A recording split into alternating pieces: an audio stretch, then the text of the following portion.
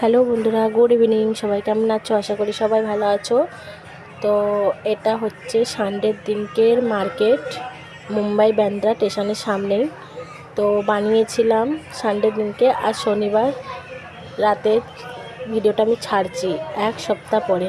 আসলে আমি সময় পাই না ভিডিওটা ছাড়ার জন্য, আজকে সময় পেলাম তো ছাড়লাম, তোমাদের সঙ্গে একটু শেয়ার করলাম। জানি না কেমন হয়েছে। তো এখন আমরা যাচ্ছি কম্পিউটারের দোকানে। ওই যে দেখো আগে আগে যাচ্ছে আমাদের গার্জেনরা। তো আমার দিদির ছেলের কম্পিউটারটা খারাপ হয়ে গেছিলো, সেজন্য দোকানে দিয়ে গেছিলাম, সেজন্য আনতে যাচ্ছে।